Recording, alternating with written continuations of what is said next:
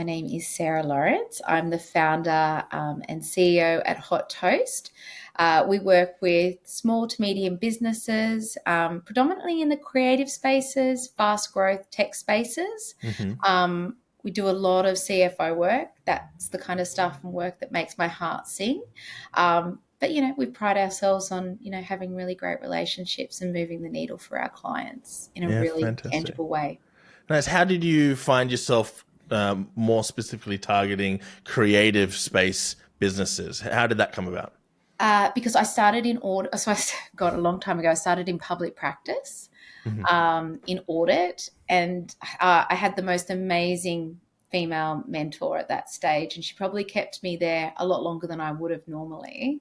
And then after that stint, I was like, oh, if this is accounting, I'm out of here. But I'm going to try and find the most interesting industry that I can at 18, and that was TV and film. So I ended up at Film Australia doing management accounts, and that was kind of my first introduction into the documentary world and working like really closely with production crew and producers and directors. And then I ended up in London again in documentary in a fast growth business with Ewan McGregor and his mates. They were running that business over in London. And then I came back. So my whole career was kind of like, this documentary, production, advertising. But what I feel like the theme is always around, team and collaboration and working together and creating something beautiful as a collective in a really innovative, fast-paced environment. So ended up back in Australia, ended up back in advertising. Advertising is, no joke. Advertising is, high-performing people, lots of work going out the door, very creative, performance-based environment, fun environment. And then I just got to the point where I was like, I want to do this for myself. I want to do this for myself. And so that's kind of the concept behind Hot Toast, and it's why I kind of stepped into building my own thing from there. Yeah, great. So you've got a background in creative. Are you a creative person yourself? Not particularly, no. But I think that's what I love about it. I love being the person in the room that can pull all the creatives together and get the ideas and goes, okay, well, is this commercially viable? Like, what's the opportunity here? Because creatives is like, I'm just so in awe around like that creative process and being able to see it from the side, not the sidelines, but from a different lens, and then being able to give people the opportunity to scale something like that. Like, that's what's really cool. And then also being able to get them a return on that. There's a lot of creatives out there. There's a lot of work that gets done that's not recognized and not paid for in the same way that it should be, or that kind of money goes back to the right people. So, it's a real privilege being able to kind of enter that world and be a part of it, I think. Well, that's really cool to hear. I come from a creative background, so I'm a musician, and I've worked in music and events and all that kind of stuff. And I absolutely hear you. There's not much structure around a lot of creative industries, and funds available and people to kind of point the way forward. And how can you make this work? And the only way to get people to continue being creative is to make sure it works. and I guess it's people like yourself doing good work that allows those things. So you work with creatives. You've had a background in advertising as well. Is those two things that a part of your personal brand story and how you've kind of turned that part on? When did you kick into the personal brand side of doing your work? Yeah, so I mean, look, I was really lucky. I was at a TV production company that was scaling fast. They absolutely nailed that part in terms of their branding and making sure they had reach in the market, and they did it in a really intentional way. So, and I've always just taken notes. So all of my best ideas have been stolen or borrowed from my clients. Great. Awesome. I love that. Tell me more about that. So I always knew. So Hot Toast came because I was sitting there with some advertising mates at the pub, and we were talking about like, how do we feel like an extension of the industry? Like, what does that look like? And, and then we were talking about like, with so many businesses called like in the space called like Biscuit and Furlined. And so that's how we landed on kind of like Hot Toast. Yeah. So I was always really conscious around how important this was, and so initially it was like, okay, well, we want to feel like an extension, like who's our target market? What does that look like? And then how do I fit into that? So, yeah, it kind of, like I said, I was lucky. It rubbed off whilst I was in the advertising space, and everything that I learned from there, I just kind of built off and kind of worked into Hot Toast. Yeah, cool. I like that you've landed on an ICP for your company based on not necessarily, oh, they're the people with the biggest budgets and biggest pockets, but like, oh, I enjoy working with these people. I enjoy working on those projects. I love that. That's fantastic. How do you then take, I want to work with these people, and turn it into some kind of strategy? So you've obviously done your branding and to be more aligned and look aligned with those people, but how do you turn that into more than just brand? So I think it comes down to discipline.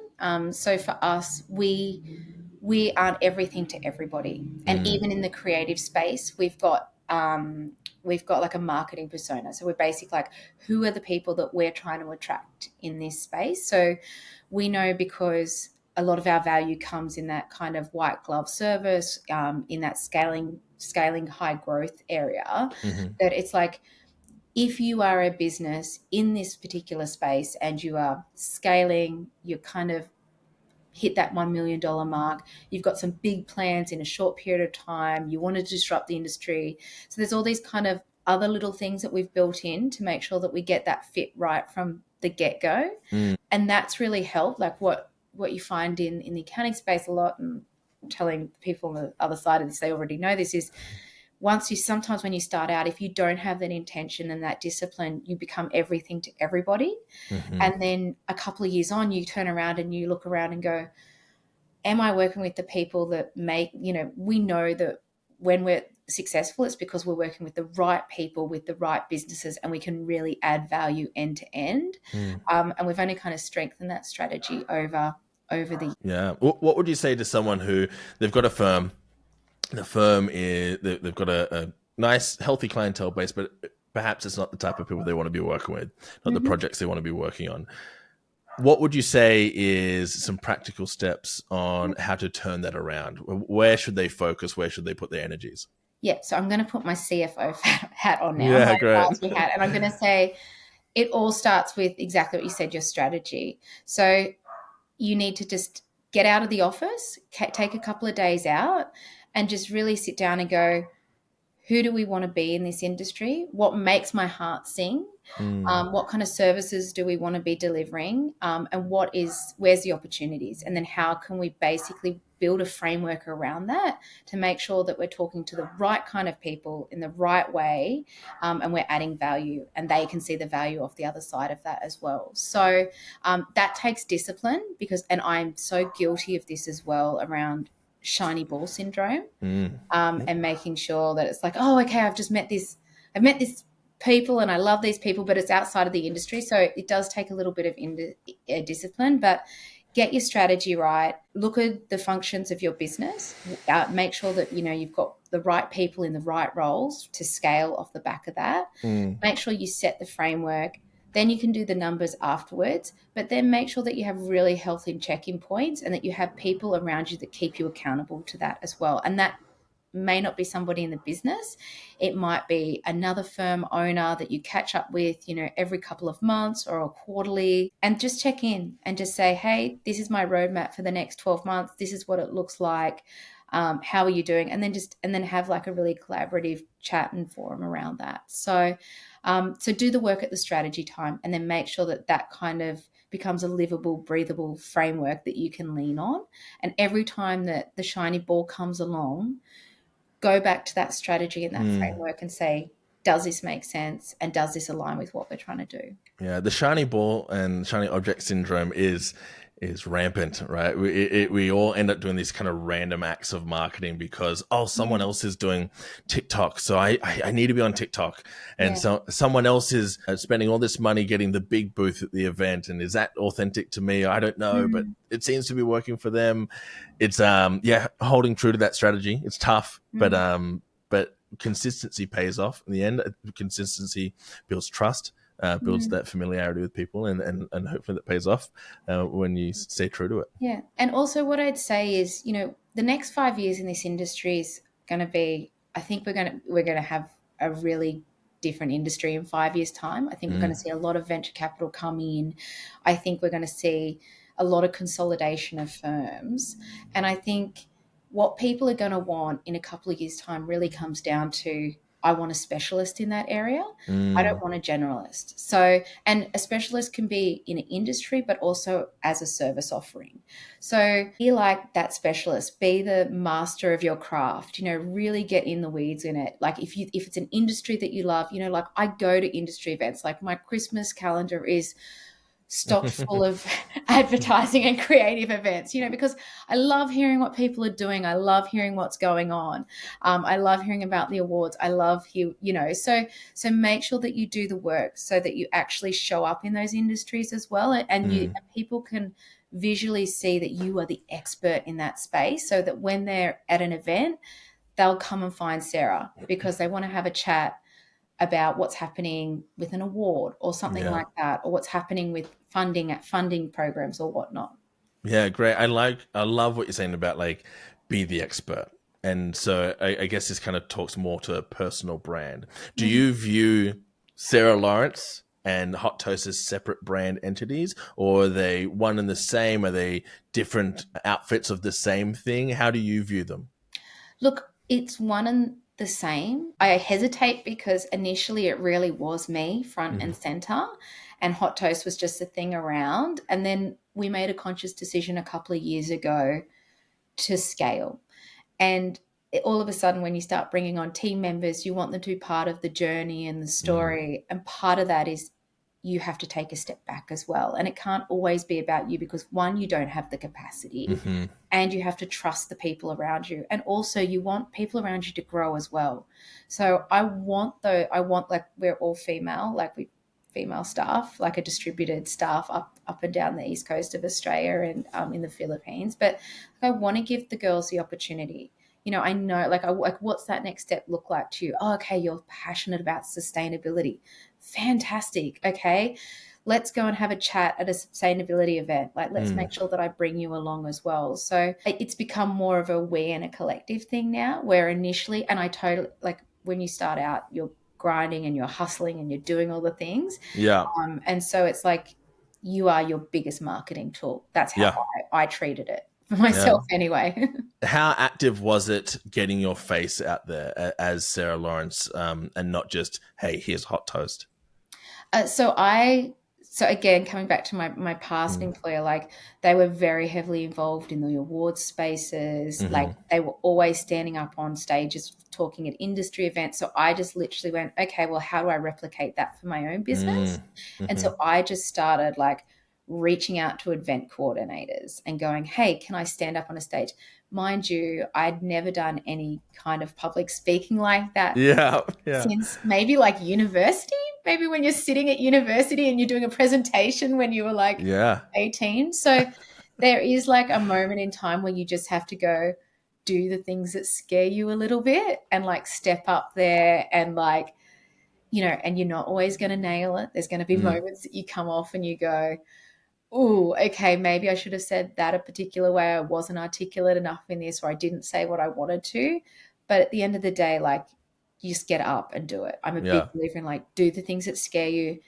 In the marketing space, I'll always say yes to something as long as it aligns with the Hot Toast values and what we're trying to achieve together. But yeah, so for me, it was just going, hey, can I get up on a stage and talk about the things that I love? And it's really funny, Chad, because the first talk I ever gave was actually about Hot Toast branding. Yeah, great. Hot Toast branding, specialising, marketing personas. It was actually all about the things that I'm still talking about. Yeah, fantastic. Yeah, I love the idea of do it scared. Like, it's never a point where everything just feels okie dokie. And I mean, even today, getting on here with you, I had camera issues this morning and I'm getting a bit nervous and flustered, but you got to do it anyway. You got to turn up. And I really love that you taking nods from other industries and putting them in your own thing. I think that's where kind of genius is formed, in your own little crucible, and you're picking up ingredients from your life and your experiences. How do you reconcile like the online world and the offline world, and being at events versus being online? How do you is it an intentional, are they different approaches, or just be visible, just turn up? So I always come from a place of like, does this help the business? Is there some version of ROI on this? Does it make sense and align with my values? And is there something that I can teach somebody as well? And or doesn't make my heart sing? So a lot of the stuff like I'm an oversharer, and sometimes that's burnt me in the last 9 years. Like I've been, leveraged in particular ways that I wasn't anticipated. So, that's always going to happen when you're so like, hey, I've got all of this information I'd love to share with you. And I really come from that place of like collaboration over competition. So and I'm also actively involved in a lot of committees as well. So in terms of like turning up in a physical way versus online, you'll see there's a bit of a constant theme. Like there's always a narrative around, okay, well, I'm doing this show. It'll always be on, advisory, branding, hot toast, women in business, the creative industries, and just really focusing on like, what do we do well at Hot Toast? And then how can I basically teach others around that and add value? It's really important that whenever I go on a podcast, whenever I do anything live or online, that I'm giving some kind of value to the person that's sitting on the other side of the, Yeah, great. You mentioned before trying to lean into being a specialist and a thought leader. And I know from my experience, from other people I speak with every day, that there's a lot of imposter syndrome about stepping up and putting your hand up and saying, I know a thing or two. How would you recommend people confront that imposter syndrome? Because I bet there's a lot of people listening who are very, very good at what they do, but they look at other people who are also very good at what they do and say, why am I so special? Like, what is it about me?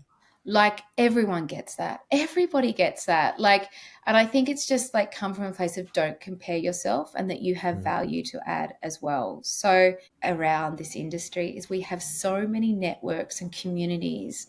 We've started the Global Women Accounting Influencers, which is like a group of the most amazing, like 80, 90 accountants, like female accountants around the world globally. Like that is such a supportive network. Like all having those kind of conversations, Chad, like, oh, I just stepped up. Oh, I'm nervous about this. It's like, okay, we've got you. Like, what does this look like?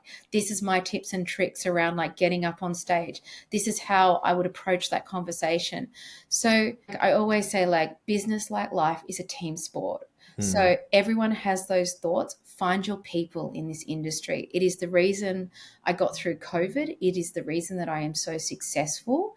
Find people that have alignment in terms of values, what they want to do in this world, but then also make sure there's a level of diversity, because what tends to happen is we all become a bit of an echo chamber as well. So we want people to bring their insights and their own experiences from different worlds and say, okay, I totally understand, but maybe you should try this as well. So I would say, online, you've got like, on the Facebook groups as well, LinkedIn and whatnot, go attend face-to-face conferences. There is nothing better than having a conversation with somebody in a hallway or at a ladies' toilets when you're waiting in line or something like that, about like the amount of time. I think I was talking at Zero Summer Series. I was the host at the start of this year in Brisbane, and I was, very nervous. I was like, I've done this before, but I've never done emceeing and I'm so nervous. And it's like, and Brisbane, like,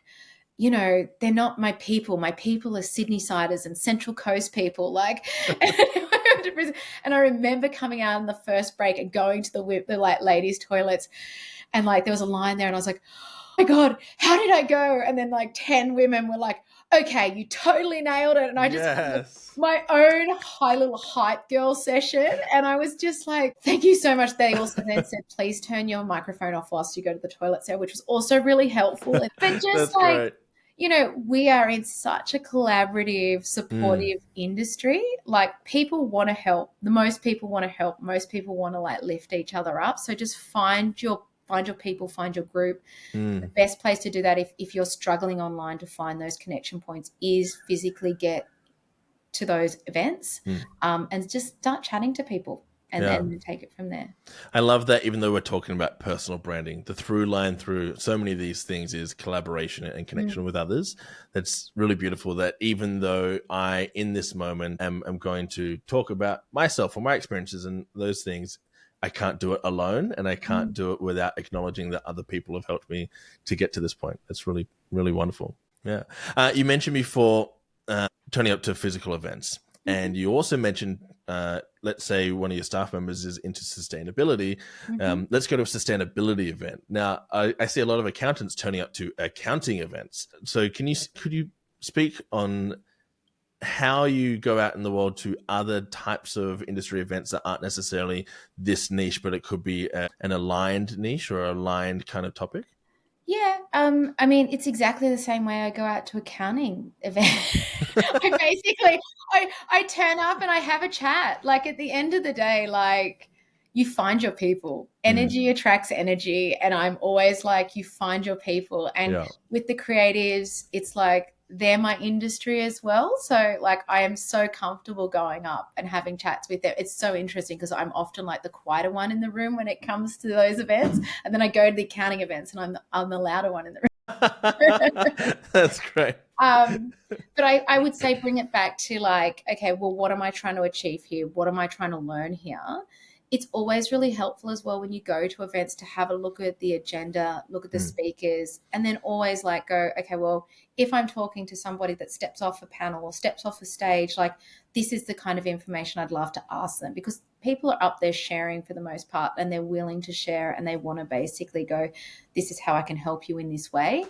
So be strategic, look at that agenda, make sure that you're getting value out of the sessions that you're going to, but also then follow up. They will, for the most part, speakers will always say, if you've got any questions afterwards, hang around off the back of this, have a chat to me. You'll also find that the most interesting people that all hang around have got potentially the same questions as well. I've met the most amazing women off the back of CFO advisory talks around like, how do you actually execute those services in a business if you're not coming from a CFO angle? And like, I've had the most overwhelming experience of like women coming up to me afterwards saying, wow, you've just given us a framework and this is what potentially this could look like. And then I've watched as those women have talked to other women and then formed their own connections off the back of that. So even if you're not an introvert, or even if you're a little bit scared around like, how do I introduce myself or start those conversations, like, just make sure you're there, make sure you're there off the back of those sessions, and make sure you're in the room. And I will probably always come up and say hello to you, or somebody else will always come up and say hello to you and invite you in. So yeah, just be intentional, be strategic, make sure that you get value from a learning perspective, but also from a connections perspective as well. Yeah, great. Sarah, could you perhaps share an example of a personal branding initiative or experience, or a campaign or something that you've done that has made a significant impact on your career in some way? Oh, wow. Okay. This is a really good question. I'm just trying to think which one. Look, I'd actually say, I'm going to say, and I know awards can sometimes be a little bit of a dirty word, but I am actually going to say some of the biggest windfalls and some of the best conversations and opportunities that I've ever had is because I've put my hands up for an award, whether it was like the Ignition's Women in Accounting Awards. That was kind of the first one, or the Australian Accounting Awards. Like, being really intentional around those applications and putting my hand up, and then actually winning those awards, and then being able to leverage that off the back of that from a PR perspective online, and then being going to go out to potential events and saying, you'll always see my LinkedIn like CFO of the year. I have used that for many years now. I've really stood like and held that place of like, this is the role that I can have for you as a business, as you know, if you are a business, and this is also the expert advice that I can bring at an industry level. So I've been really intentional around like the titles that I've used off the back of winning those awards. So I would say that, and I get it, like we're really saturated in Australia around the award section, but I would say definitely putting your hands up for awards. And then even if you don't win the award, just make sure that you tell everyone about the fact that you're up for the award. You know, Yeah. make sure that Yeah. you have that kind of like multiplier effect out there online as well. You know, that's probably one of the things that kind of really kicked things off for me in a really meaningful way in terms of branding as well, or just structure around that, and then being able to leverage that into, you know, talks and getting onto committees and being, you know, looked at for, you know, also with clients, you know, having new clients come out the door, out, you know, out of LinkedIn and saying, oh, we saw that you won this or you did this. It was really, really cool. Yeah. I'd like to meditate on this a little bit longer because I think there's a lot of value here. I think I don't think a lot of people know that you actually have to apply for an award. I think a lot of people think it's like a nomination basis where, oh, I wasn't nominated, so I'm not going up for the award. So I would love to break down what that application process might look like for someone who's never done it before, never even considered, hey, I could put my hand up. I think accountants usually don't bang their own drum. I think women in general are greatly overlooked when it comes to things like awards and recognition. Men, more often than not, are very happy to bang their own drum, and so I'd love to see more people, and particularly more women, putting their hand up, saying, "Hey, I have value, and that maybe I'm a good candidate for this." So great question. So what I would say, and I know that sometimes, so I actually do get people to support me in terms of the copywriting on awards. And that is because at the end of the day, it's still my story. It's just what I don't do very, very well is like copywriting and advertising. And so I use the best people around me to basically help promote my story. So what will happen is you'll put your name in. There'll be like there'll be like 3 or 4 questions generally around like who you are, what's your business, and then it'll become quite technical questions.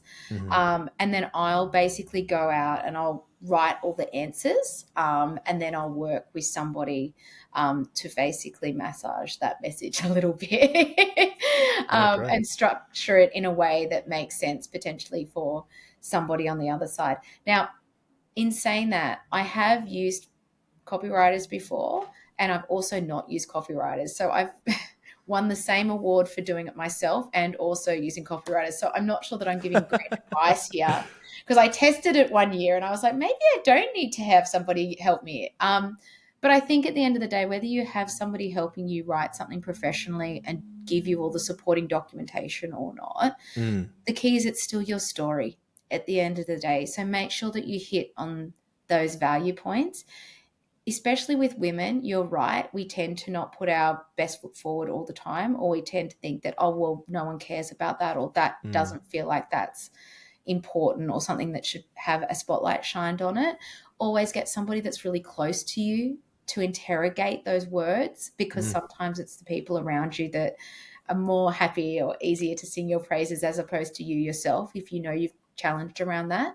I know a lot of women do that in the industry as well, get other women to effectively proofread their applications, give them critiques, especially if you're going for an award and you know that somebody has already won that. So I've won CFO of the year a couple of times.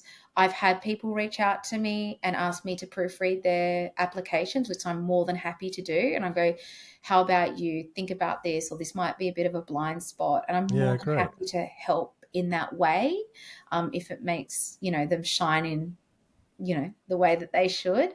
So always look at, that's also an option if you want to reach out to people that have won it before, and you can tap them on the shoulder and say, hey, do you have time to potentially read my award for me? And I know that a lot of people in this industry are very generous with their time and helping to lift others up. So it's just making sure you connect with those people.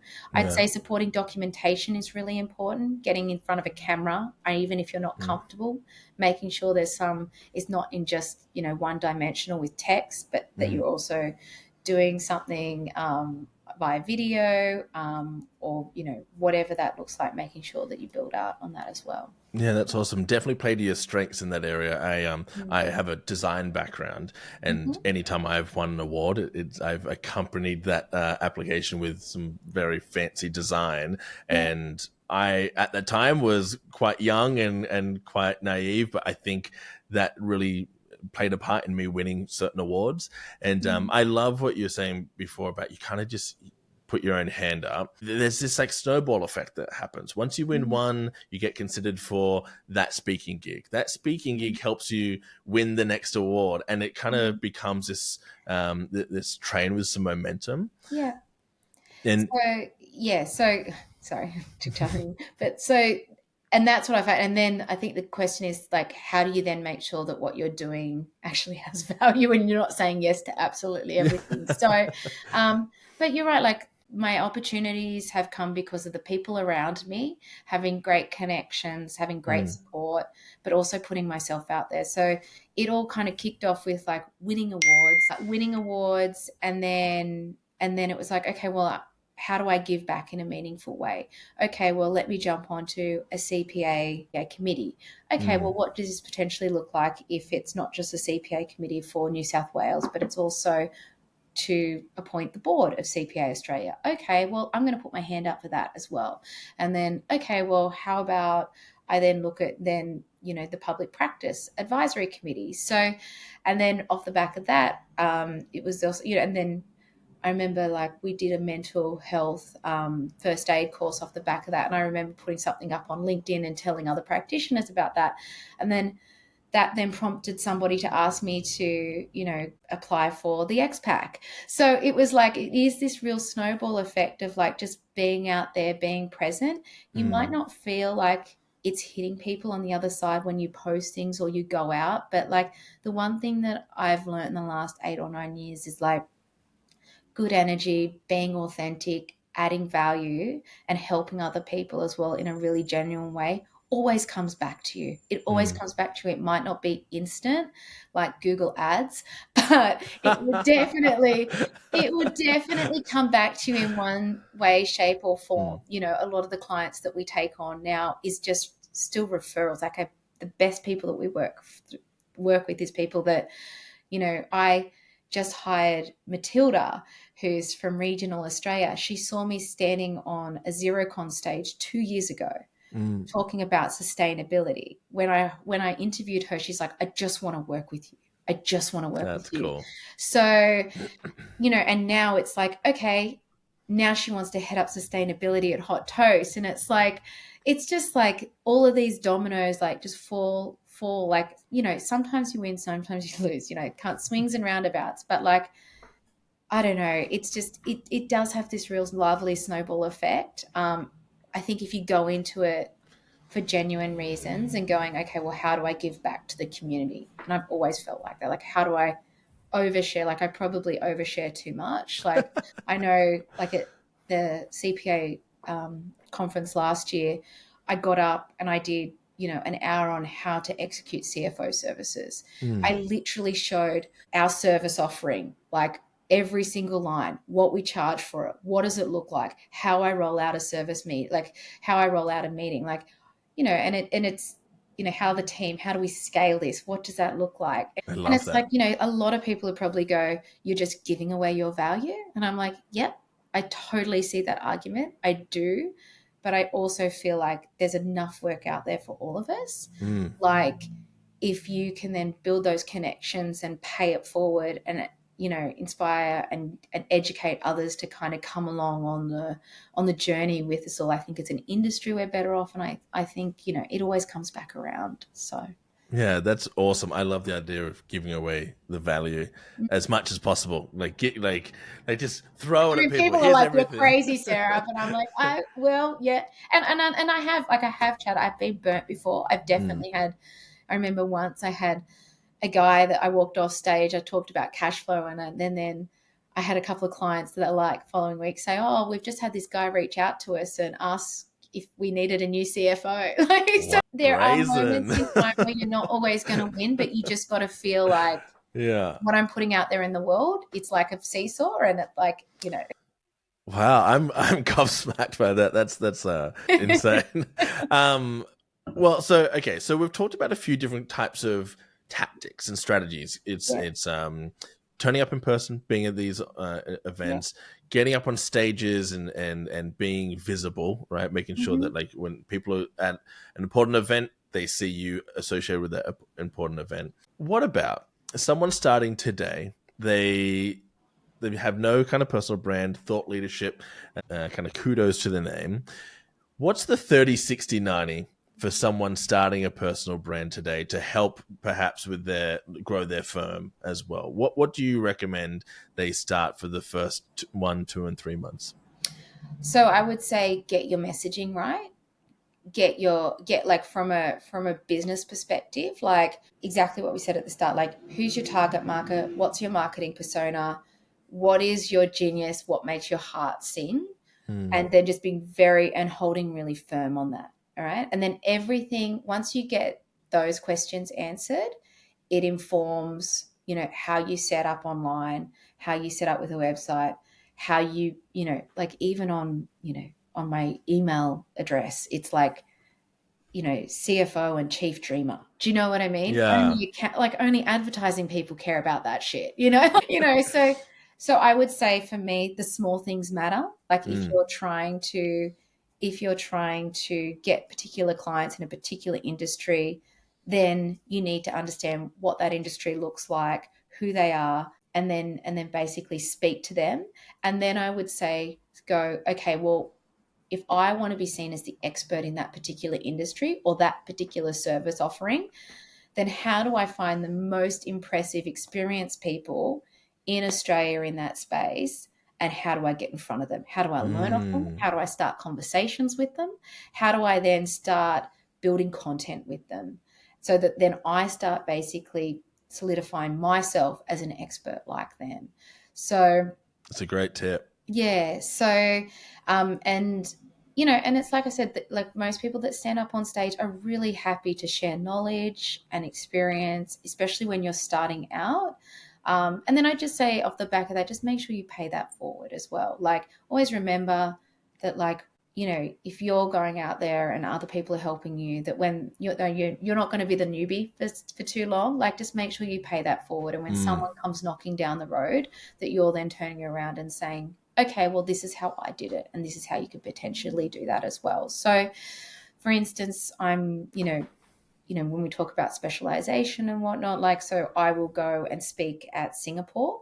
Now, I love the Singapore. People are always so confused why I go talk at the Singapore accounting and finance show. They're like, yeah, but do you get clients out of it? What do you do? Like, it's like, what I get out of it is I get the most impressive CFOs from around the globe come to that conference for two Mm. days. And I get to sit on a panel with them. And I get to find out what these CFOs are doing that manage billions of dollars, that, have, operations around the world that are doing the most innovative, cutting edge things around the world. And it's often not what happens up there on the panel. It's the conversations that I have with them in the green room and the connections that I make. So I always walk away from that show, even though it confuses people because the public practice space in Singapore is not huge. Mm. It always confuses people, but I always come away having learned something, built new connections. If something happens with a current client in Asia, I've got somebody that I can refer on to them. And then I also get to know the event organizers as well. So also, it's great to do things as an accountant in this industry, but also think, okay, this is my industry. If I'm looking at focusing on that industry or that specialization, how do I push out of that comfort zone and get in Hmm. front of that audience? And what does that look like? Also, be mindful that, like, getting out there, having chats to people, it might not feel like you're getting an instant ROI, but Mm. but being intentional off the back of it. So, when the conference is coming up or an event's coming up, making sure that you're very loud on socials around it, make sure that you tell everybody what you're doing, what you're hoping to get out of it, what you're hoping to attend, is anyone else going, so that you can start building a community. And then off the back of that as well, like, what did I learn from this? How can I Mm. share that knowledge with other people and attract like-minded people as well? I love that. I love that throughout all these things, still, it's about good vibe. It's about Yeah. relationship. It's about genuine connection. I was just about to transition into talking about the brass tacks of it all. How do we measure the efficacy of personal branding? And you've already starting to touch on it's not necessarily always financial, and it's not necessarily always immediate. Mm, Some of these things pay off in time, and I think when you are more value driven, mm, more kind of out of that authentic personal brand, it can take longer because you're not going for the sale every single time. How do you measure? How do you track? How do you keep your finger on the pulse of how this personal branding adventure pays off for you?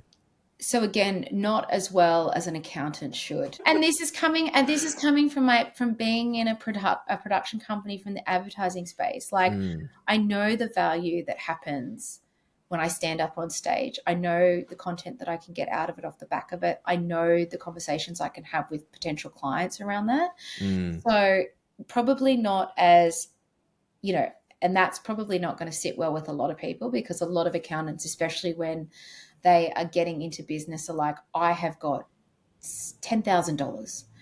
That's going to be my marketing spend, or $5,000, or a couple of mm. $1,000s. Like, am I going to this event face to face? That's great, Sarah, but like, which event should I go to? What does that look like? How will I get an ROI on that? And we haven't been that disciplined, to be honest, in that space. I've Mm. just gone and said yes to opportunities that have made my heart sing. I've made sure that, when there's events happening, that I bring the team along as well. And then, yeah, so probably not in a very structured way. I probably should find that out, to be honest, Chad. I hope I'm not being so helpful here. No, it's helpful to know that it doesn't have to be so incredibly detailed and planned. I Yeah, know all of our accounting audience are quite detailed and planning people. yeah. It's nice to know that sometimes you might be able to just try something and see how that works for you. But I think, which is great for me, because I like to live in that space a little bit. So, like, Mm, my marketing budget is a lot higher than most accountants' marketing budget would be, because I come from a world where I know that, oh, if I go to that event, so last year I was judging the CFO Awards in Singapore, hmm. and I so didn't have to go over, but I was like, I'm going. I'm going over. I'm booking the ticket. I'm going to go sit in a room of CFOs. And, like, again, came away with the most amazing connections, the most amazing conversations, got a couple of clients off it as well. Great. That was a little bit further down the track. It wasn't instant, but that is a privilege to be able, and I just see the value in that. But I Mm, also know some people are not structured that way. I know that people have a specific budget and they want to work mm, towards that budget. I would say just do what works for you, plan it out. If it is a couple events, just stick to a couple events. I mean, I know other accountants that have teams that go to specific events that are like, hmm. you've got to get an ROI, you've been brought along. I'm not like that at all as a boss. I am like, it is good vibes. It's about talking to each other. It's about going and chatting to a person in the industry that you never would have chatted about anything like this before. I'm really very casual around that, because I think That's I put great. a higher premium on the conversations and the connections that you can make. And I know that it will end up falling in our favor at some point in time. But I would say that if you do have a budget, then maybe be a little bit more disciplined about what face-to-face meetings that you want to go to, Yeah. and then maybe mix it up with some Google ads or something, so that you've got a guaranteed return, and your digital advertising guy or girl can send you your monthly report and you know what your ROI is. And I do, Chad, like, I do a combination of both. Do you have a like a follow up process after an event like this, or it's still very kind of natural, flowy? Hey, I saw you. I'm going to reach out to you. Or do you have anything that's like a nurture funnel, a nurture sequence, anything like that? That No, is, yeah. but like, that's because it's a really informal, like everyone that I've talked to, you'll hear from me off the back of the like, it's fairly Mm, informal. It's not in a structured way, but like, yeah. you've met me at an event, you'll be getting pinged off the back of it. Hey, great to meet you. So great to connect. Let me know if we can help you in any way. I'm really big on that. Like, Hmm. I'll always leave a conversation as well with somebody saying, how can I help you? Like, that's always a great way to, like, just open up the conversation and not make it about you. Everyone's so Yeah. Great. focused on getting an ROI, like, but it's always nice to also have somebody say to you, how can I help you? And what does that look like, Yeah, absolutely. I think that also becomes like, it sounds potentially naff, but if you are the one person in the room not doing a sales pitch and saying, how can I help you? Yeah. Like, that becomes the best sales pitch in the world. That person wasn't trying to Now everyone's going to start saying it, Chad, and I'm going to be like, don't ever say to somebody, how can I help you? Because it's a trick. Yeah. I mean, they're the worst things in the world than everybody trying to help everybody. Yeah, I feel like what an awesome opportunity for cut through. If everyone's like, hey, let me scan your tag. Oh my gosh, here's my business card. Let me fling some paraphernalia at you. I have a bit of a gripe with the swag at these events. Let me just throw swag at you. You didn't even ask for it. It doesn't provide any value. But you're just walking up to someone saying, how can I help you? It's like, oh, that's the best swag you can have. Yeah, but it's a privileged position because I own my own business, and so I control the P&L. So I see that, and I see the value in that, right? Which is sometimes not scalable. Like, you're getting thrown swag, people throwing swag at you because they've got KPIs to hit, right? Like, it's like if I've got an event and I've bought a stand, then I know that I have to get X amount of leads to make that ROI work for us to actually to see the return on that. So I totally understand that. It's very outdated.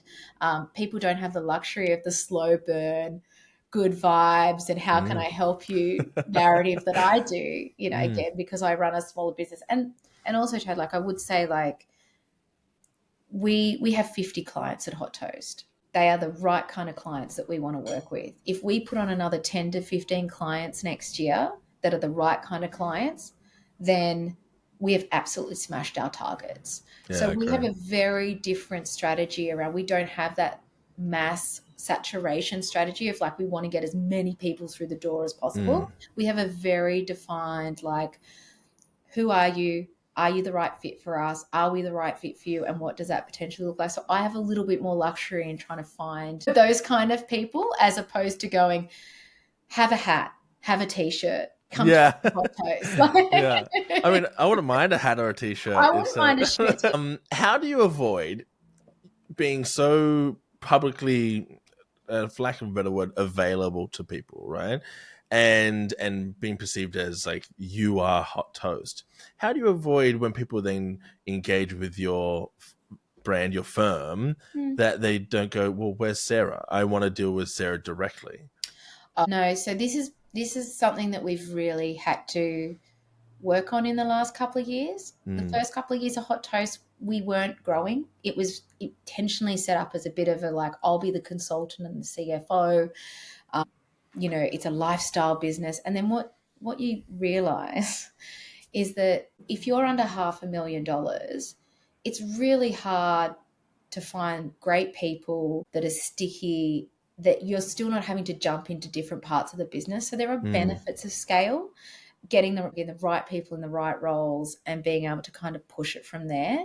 So we made the conscious decision around, okay, we're gonna grow this thing from there on up. And with that came a very intentional strategy, especially with CFO services. So I'm CFO of the year. Everybody wants Sarah to help them grow their business. Yeah. And so now, even little things, it's like, yes, you're coming to Hot Toast, but we've got, a stable of the most amazing women in Australia that can help you and deliver those services. So it's little things, Chad, like, yes, I might do initial calls with people and new leads, but anything after that with onboarding, so I'll always declare, I'll be like, this is my capacity. This is, I'm around and you'll see me floating around and whatnot, but I won't be your direct contact. This is how we're structured. So it's setting those expectations from the beginning, and then making sure that those people are also present in those conversations, because there's nothing worse than clients feeling like you're being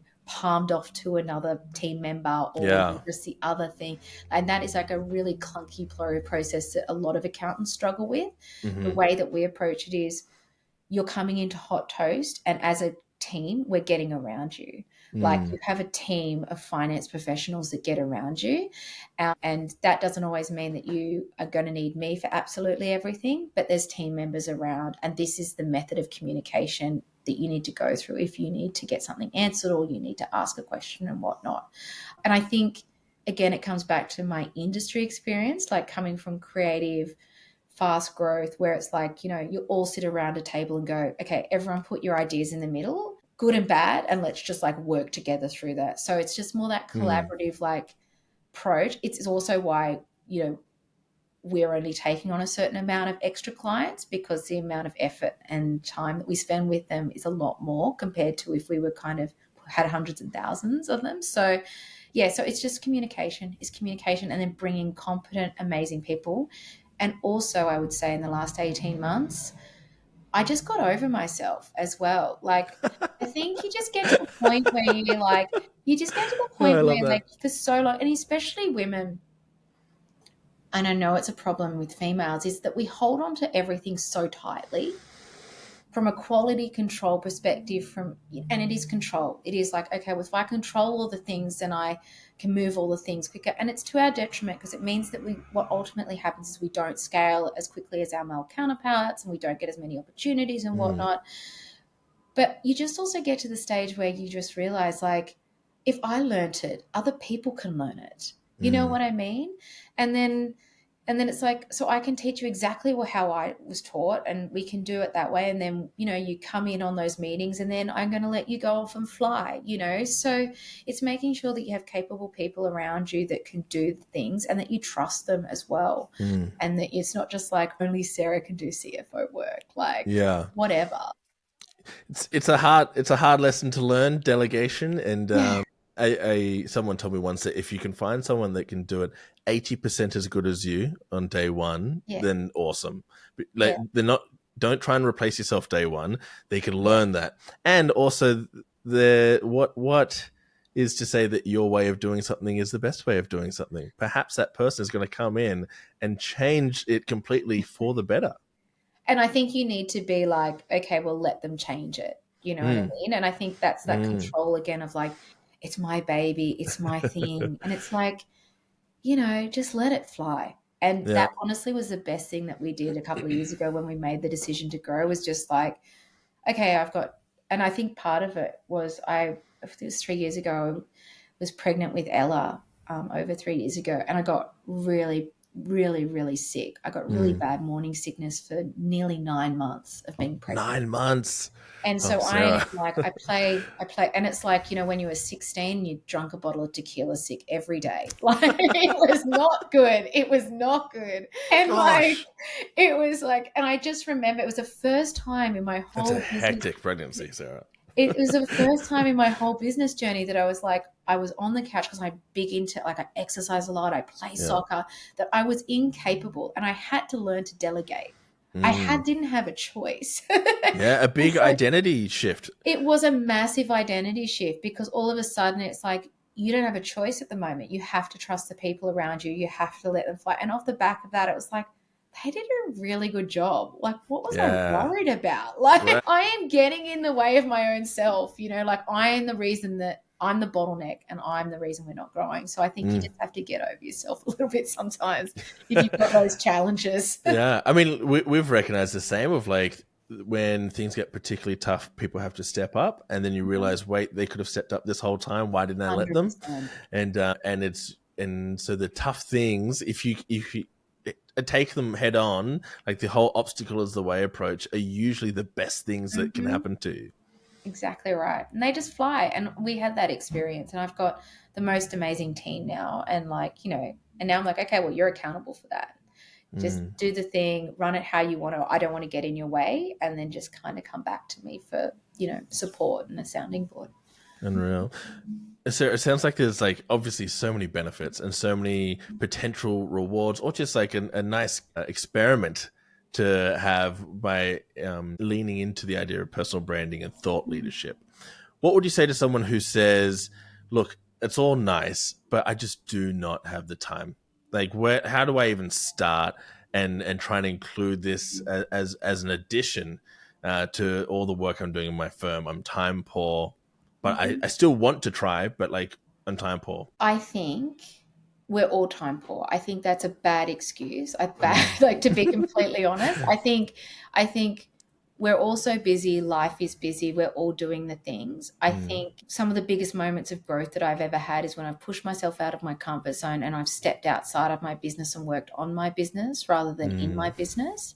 I have never had a reset moment or time away from the business at a function or with people that have made me think in a different way, that I have not gained value from that. And it has also not been an advantage to my business. So going and talking to the person out there, or standing on stage, or being on a panel with somebody, may lead to a conversation that means that you can automate something in your business or streamline something in your business, which gives you extra hours back in your life. So if you look at it as an opportunity and you look at it like, how can I, it is like, how are other people doing it? And I'm always asking people like, oh, how are you doing that? What does that look like? Make the time. Make the time, because you might see it as something that's like, oh God, it's on the to-do list to get through, and it's a blocker and it's a friction point for me. But it actually can be the thing that you lose a competitive advantage of as well. So personal branding is not just about like, let me attract client, let me do the thing. It's also like, how can I run my business better? Like, how can I sit in a room with some amazing humans and find out what they're doing, and what are they doing better than I'm doing, and to have that conversation with people. So don't look at it as a blocker or a friction point. Look at it as training, look at it as healthy conversation, and look at it as, something that can be a really good competitive advantage for you as well. I love that. I was going to wrap it up, but you mentioned competitive advantage, which we haven't really touched on all that much. Can you wrap that up, that idea, on how your personal brand can set you aside as opposed to someone else who potentially doesn't have their personal brand? Yeah. So we have some real challenges in this industry. We have challenges around talent, increased regulation, all the things that I'm sure everyone on this pod knows about. So for me, like, there's a couple of things. So I've started building something from a tech perspective that I never would have done if I hadn't got out and done something face to face. And we're seeing, our OPEX reduced by a huge percentage at the moment. Again, that never would have happened if I didn't go out to an event face to face. In terms of offshore staff or team members that are not in Australia, going and sitting with, so for me, I always go, if I want to get to that next level in my business, how do I talk to the person that is at that level? And how do I get as much information out of them as Great. possible, and Yeah. just talk to them about, well, how are you doing this? What do you think about this? What's going on? And so for me, that's what I use those forums to do, because, I'm not naive enough to think that like I'm doing things the best way possible. Things are doing out there. People are doing things more efficiently than me. They have better processes. They have better ways of addressing, service offerings and technology. So, some of my best ideas come because I've talked to other practitioners, and we're just kind of going through things with a glass of wine after an event. And, it's like, what are your pain points? What does that look like to you? How have you fixed this? Oh, okay, well, I potentially looked at it like this. With this new stuff that we're building, it's like I talk to other practitioners, go, where are you on that journey? What does that look like to you? How are you coding? Okay, well, now I'm coding, so I think if Yeah. you just look at it as an opportunity to get better at what you're doing and perfecting your own art and your own business, I think that it changes the narrative in your head about the thing that I have to do, rather than why wouldn't you be doing that to make sure that you are sitting in the 10% of businesses in this industry, from a client services, team services, and you're running a business that you absolutely love and you're not on the hamster wheel. Yeah, amazing. Those glasses of wine after an event, that's really where the magic happens. It really is. I think a lot of genius is born out of those 3 wine deep kind of conversations at Yeah. a zero con or at a something else. That's fantastic. Well, I would also, Sarah, I sorry. would just say lastly on that, like, Mm, there's a lot of solo practitioners that sit in this industry and don't always remember that those glasses of wine after Xerocon or wherever that is like, it's a real release moment for a lot of mm, practitioners to find other people that are in the trenches like we all are. And it's like, okay, well, how are you doing it? So just like walk Mm. up to somebody that you don't know, introduce yourself and ask them how they're, ask them. Yeah. Unreal. Sarah, thank you so much. Thank you for all your wisdom, all your insights, the fantastic, actionable advice that people will absolutely see so much value in. Value seems to be the through line through all these things that we've spoken about today. Value, good vibes, relationships, connection. Thank you for it all. Is there anything else you want to say or point to or plug before we wrap it up? No, not point of flow. Like if you wanna reach out to me, you can find me on LinkedIn.